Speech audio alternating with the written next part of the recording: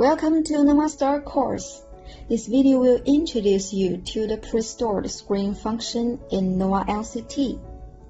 Because the system structure of the LED screen is rather complicated, including equipment such as video source equipment, controller, and receiving card, which are connected through various cables such as HDMI, RJ45 Ethernet cables. The possibility of error is relatively high, and these errors are hard to solve quickly. The purpose of this function is when any Ethernet cable or video source cable disconnect, the part of the screen which has lost signal can still show the pre-stored screen instead of a black screen. Before the settings, please check. The LED screen has been configured correctly and are working normally.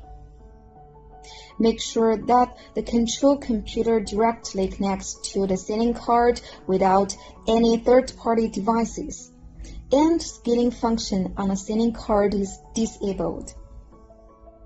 The control computer sends the video source to the setting controller without scaling, which means that the controller resolution should be the same as the graphics card resolution of the control computer. The settings are as follows. Open NovaLCT software. Choose Advanced Synchronous Login in User Settings. Enter the password admin.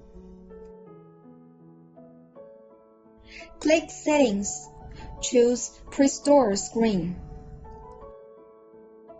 After making sure that the communication port is normal, click Browse. Select a local picture.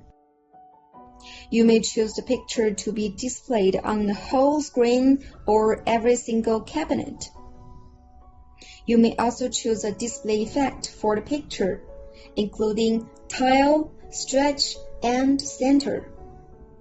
Click Test Effect for the best result. Press ESC to quit the test. Please notice that if the graphics card is set to extended mode, first you need to enable extended screen. Then you can click Test Effect to preview and save the effect. Make sure the picture and effect are fine. Then click Save to Hardware. The picture will be saved in the receiving card.